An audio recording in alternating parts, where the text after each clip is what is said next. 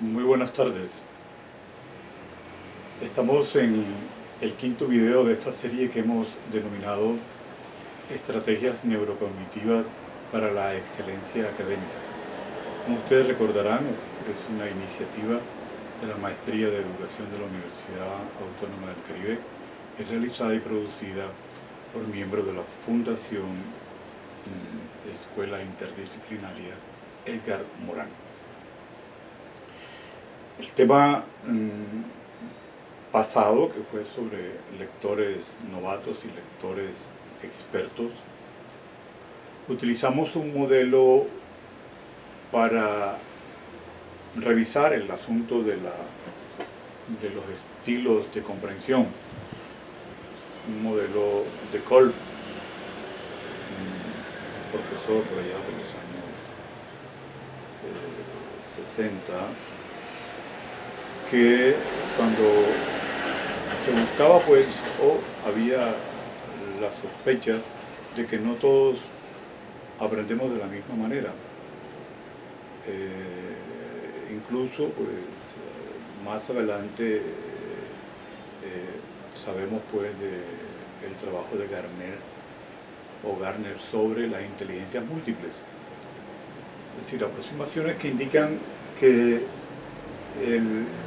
no hay una sola manera en que el cerebro produzca aprendizaje.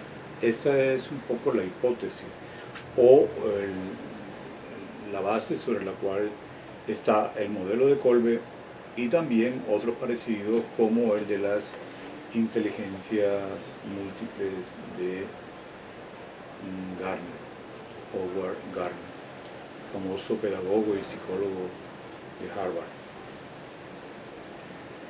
Hoy vamos a trabajar un poco más, a meternos un poco más en el tema de cómo es el trabajo del cerebro mientras aprendemos.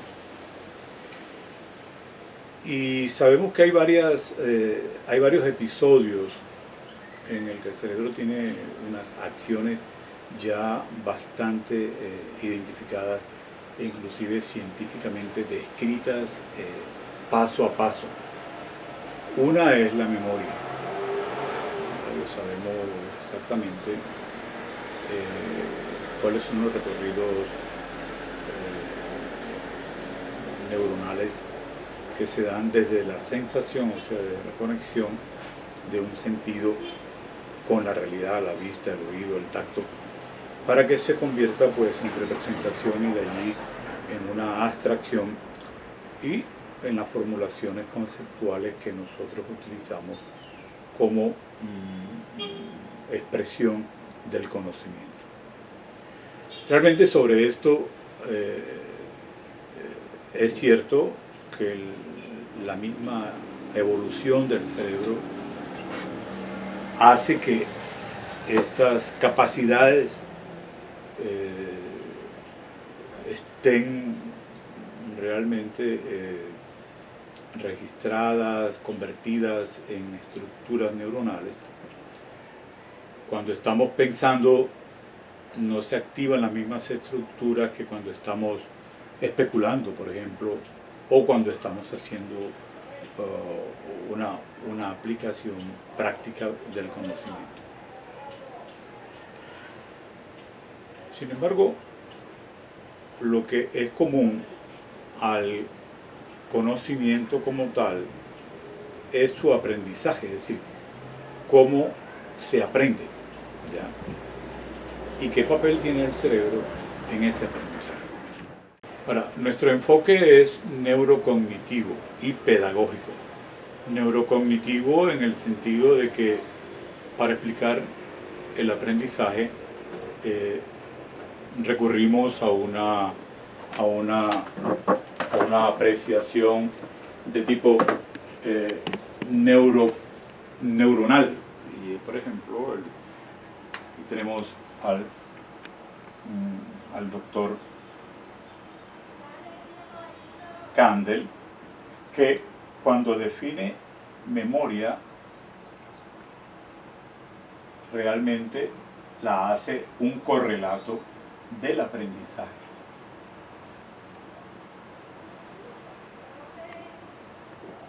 ¿Verdad? El doctor Kandel, que obtuvo el premio Nobel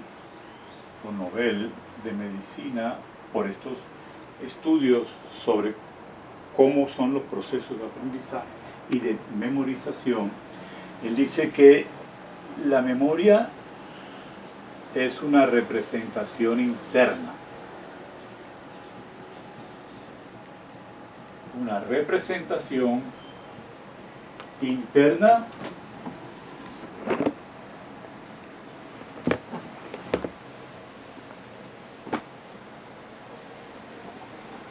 de lo que se adquiere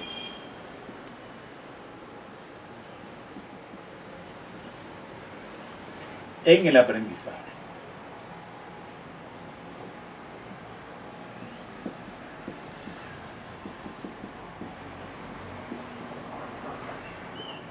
Segundo, que esta representación interna existe como codificación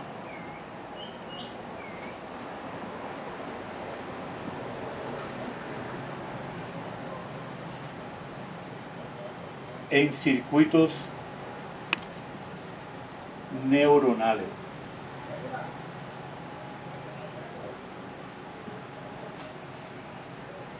Y que esa codificación interna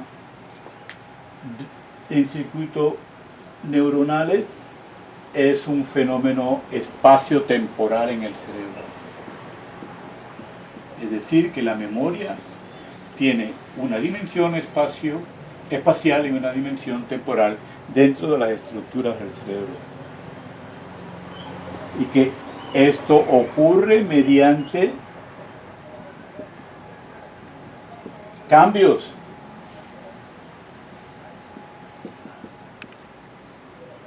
en las condiciones reactivas o químicas o neuroquímicas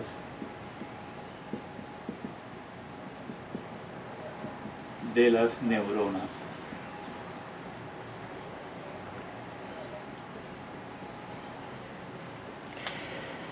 Como toda definición hecha por un gran investigador, esa definición de memoria, que es un correlato del aprendizaje, o el aprendizaje es un correlato de la memoria, es decir, que no se puede hablar de una sin hablar de la otra, contiene los elementos que nosotros destacamos en el proceso de aprendizaje: la condición neurocognitiva y la condición pedagógica. El aspecto neurocognitivo es todas las condiciones del desarrollo del cerebro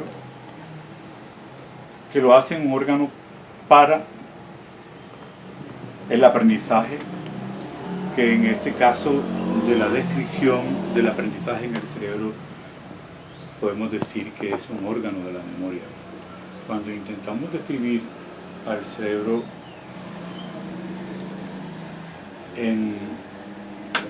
para que nos quede claro cómo aprendemos, básicamente entonces nos encontramos con el tema de cómo el cerebro memoriza. Porque realmente en la evolución de la especie humana, lo que contaba fundamentalmente desde los seres más elementales en la cadena de desarrollo neuronal o nerviosa, es el principio de la adaptación. Es decir, todos los seres vivos necesitan buscar cómo entender el medio para poder reaccionar frente a él y poder preservar la vida. Entonces, desde el comienzo del desarrollo del sistema nervioso, que termina pues en lo que es el desarrollo de las estructuras corticales en el ser humano, El principio ha sido el mismo, el objetivo ha sido el mismo, que adaptarse a través de una interpretación, valoración, una acomodación pragmática con respecto al medio.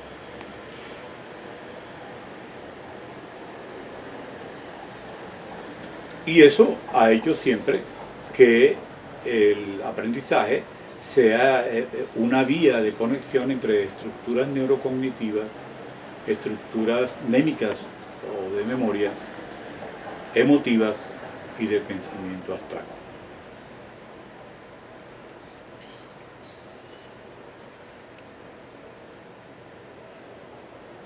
Dicho esto, es conveniente que quede claro que el sujeto del aprendizaje es el estudiante, porque ocurre en su cerebro, en el marco de sus experiencias.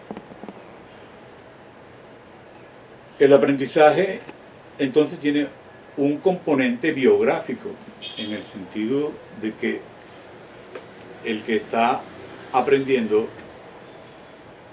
lo que ocurre en su nivel de aprendizaje no depende de que tenga un cerebro que comparte con toda la humanidad, con todos los semejantes, sino que cada cerebro tiene, más allá de sus estructuras que son comunes en toda la especie humana, las experiencias que se hayan vivido desde el momento en que hay el desarrollo del cerebro, incluso intrauterino. En las primeras enseñanzas hay muchos estudios que confirman y verifican que las formas de aprendizaje están determinadas por esas experiencias tempranas que tenemos en la vida. Bien. En el caso de la memoria, que es como decir el aprendizaje, la profundidad, la estabilidad de lo que se aprende para que se convierta en una memoria confiable va a depender de que se construya sobre el conocimiento previo. Esto ha tenido varias formulaciones. Está pues el tema de Vygotsky con la zona de desarrollo próximo, aunque esto tiene que ver con el desarrollo de estructuras también neuronales, como lo planteó Piaget. Acá tiene que ver con el desarrollo de áreas de conocimiento, de dominio, de una experticia. Entonces, en esto tenemos que detenernos un poco, porque hoy, con todas estas ventajas de la revolución de la informática, de las TIC, de cómo existen una cantidad de bases de datos que basta pues con pulsar teclas y pedir pues, en Google una información y allí la tenemos inmediatamente. Hay algunos que piensan, incluso este es un mensaje que le llega mal a los estudiantes, de que entonces la memoria reduce su necesidad para el aprendizaje. Y hay una confusión, porque no es lo mismo memorizar lo que ya se sabe para efectos de presentación o compartir conocimiento, como el hecho de que la memoria esté presente en un proceso de aprendizaje. No puede uno depender de un conocimiento que no se haya convertido en estructuras comprendidas, en estructuras dominadas, en conocimientos que se pueden hacer práctica. El dominio de un conocimiento requiere tiempo. Y si es conocimiento previo necesario para aprender nuevas cosas, hay que darle a la memoria el espacio necesario para que la información pase por las diferentes etapas de manejar las relaciones de las cosas que uno coloca como información nueva en lo que llamamos la memoria de trabajo. Una memoria donde las informaciones pueden estar por segundo, 20 segundos, y de allí seguir elaborándolas para ir construyendo estructuras más estables que se conviertan pues en la memoria de corto plazo, que me permite entonces a mí hacer las conexiones con el conocimiento previo y entonces elaborar estructuras más amplias dentro de esa área, que son las que van a quedar disponibles en la memoria de largo plazo. El mensaje es que la memoria sigue siendo necesaria, porque primero es parte intrínseca del proceso de aprendizaje. No es una acción externa que yo puedo depositar en memorias digitales, y entonces allí pues me ahorro el espacio para mi memoria. Eso lo pueden hacer los expertos.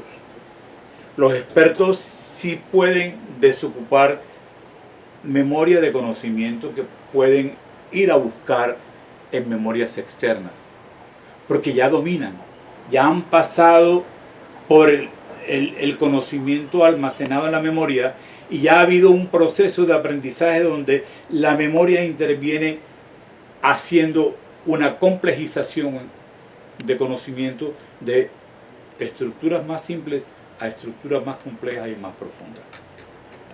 Entonces, ojo con eso de que la memoria ahora, por el hecho de las memorias digitales, tiene un papel secundario en el proceso de enseñanza-aprendizaje.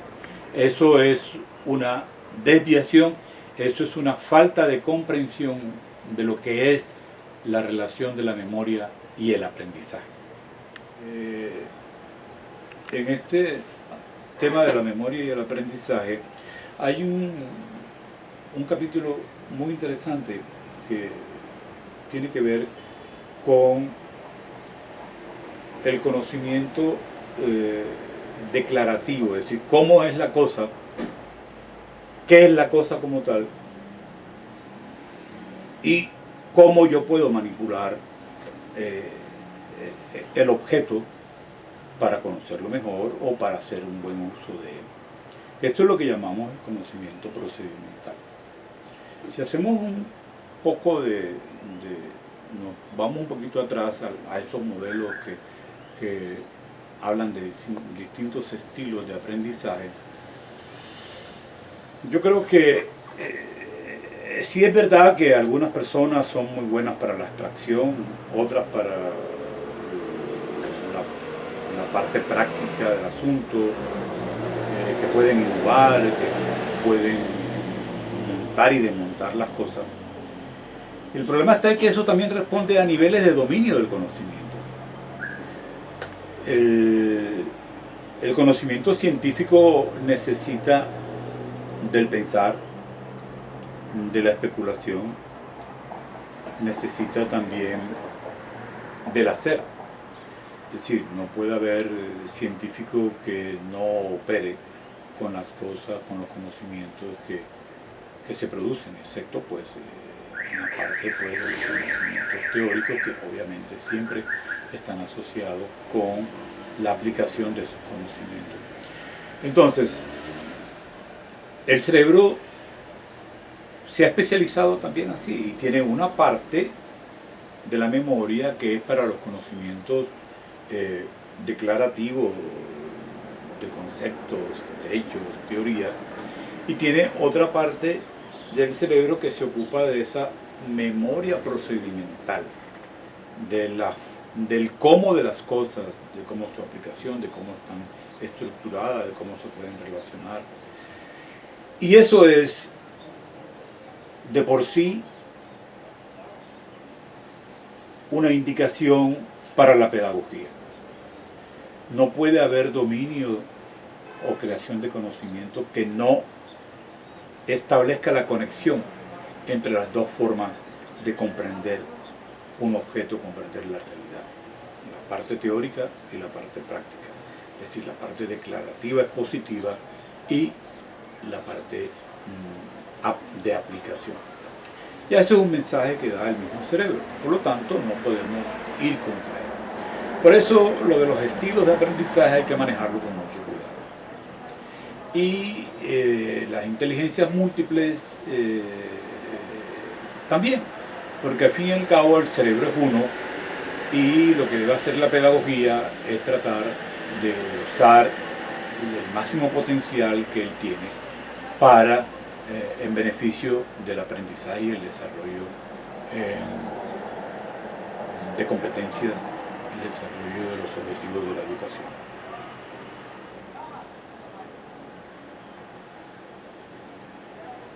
El cerebro aprende mucho por asociación. Incluso hay dos tipos de conocimientos que son realmente claves porque ahorran tiempo y espacio para la memoria. Es posible que la manera como se arman estructuras más simples, más complejas en el cerebro, obviamente pues que sea un tejido cuya hebra principal sea la asociación, que nos permite clasificar, comparar, distinguir, definir. Pero, ojo, hay asociaciones que parecieran que son asociaciones y ocurre que en el fondo no lo son, porque toda asociación busca un aprendizaje y está sujeto al cambio, a la dinámica del cambio.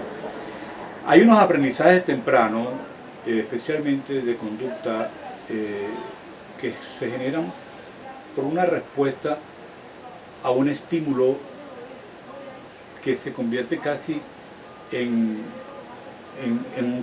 un carácter, en un modo de ser. Por ejemplo, cuando uno crece en medios ambientes sociales, culturales, pobres,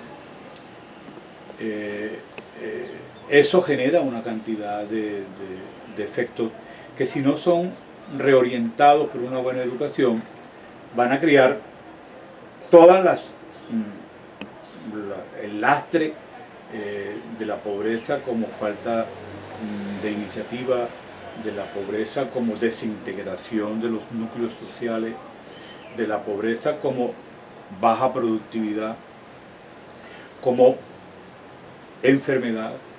Y es por eso que a los educandos o en la sociedad el mejor camino para crear igualdad es la educación, y especialmente la educación en esos primeros años hasta quizás la educación secundaria. Entonces esos hábitos que son realmente adquiridos de manera un poco por las fuerzas sociales que actúan sobre uno en la familia, en el barrio o en la escuela, no son exactamente asociaciones, son lo que llaman otros investigadores impronta, son algo así pues como la huella que nos deja el medio ambiente y marca la personalidad.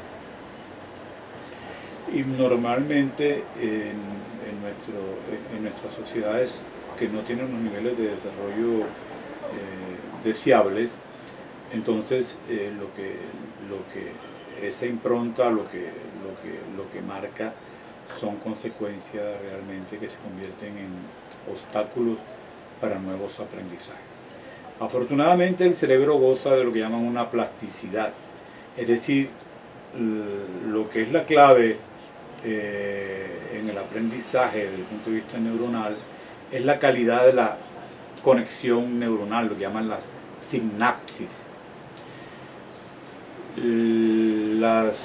El cerebro aprende a través de la conexión de una neurona con otra y registra y consolida esos conocimientos a través de la, de la fortaleza de esa interconexión. Entonces, los aprendizajes se hacen con el reforzamiento de redes que tienen un dominio sobre determinada área de conocimiento. Y esa selección la hace el mismo cerebro, pero también interviene la voluntad humana a través de la práctica de los ejercicios que se deben hacer para que esa red se consolide y cree un hábito y haga entonces la economía de energía que crea el hábito. Eso nos lo enseñan los deportistas de alta competencia, los artistas, los que tocan instrumentos musicales, quienes a través de una práctica logran una unidad física, psicológica, espiritual, afectiva, con lo que están aprendiendo. Y lo convierten entonces en una competencia que casi forma parte de la personalidad, es inconsciente. A la hora de demostrarlo no se necesitan grandes esfuerzos de conciencia para demostrarlo. Y ahí tenemos pues, los grandes bailarines, los grandes concertistas, los grandes deportistas e incluso los grandes científicos. Lo que queremos destacar acá es esa relación sustancial entre la memoria y el aprendizaje y algunas advertencias sobre los estilos de aprendizaje y las teorías que hablan de que cada cerebro puede tener tendencias, actitudes especiales. Sí, muy bien, eso es cierto, pero la ciencia como tal y las habilidades que se necesitan, las competencias, tienen exigencias que no particularizan, que no hacen excepciones. Un buen científico, un buen profesional, un buen deportista, tiene que poner en ejercicio todo el andamiaje neurocerebral para adquirir los aprendizajes que lo van a llevar a los niveles de excelencia que un cerebro normal, un cerebro que se desarrolla en condiciones de equilibrio, con buena alimentación, con disciplina, con buen ambiente familiar, con buenas relaciones sociales, está destinado pues a generar o a producir. Entonces el aprendizaje no podemos referirlo exclusivamente, a pesar de que el cerebro obviamente en su inteligencia, en la lógica de economía de energía, ha ido especializando zonas. Lo que sí debemos tener claro es que el cerebro necesita memoria para aprender. Para aprender se necesita la atención, que el lóbulo frontal y prefrontal estén dirigidos al objeto de aprendizaje, y eso requiere motivación. ¿Qué será el tema de nuestra próxima presentación? Gracias, y recuerden, el cerebro está de moda, pero hay muchos mitos con respecto al cerebro, mitos viejos y mitos nuevos. Lo importante es saber que para aprender se necesita una buena memoria como parte o como acción fundamental del acto de aprender.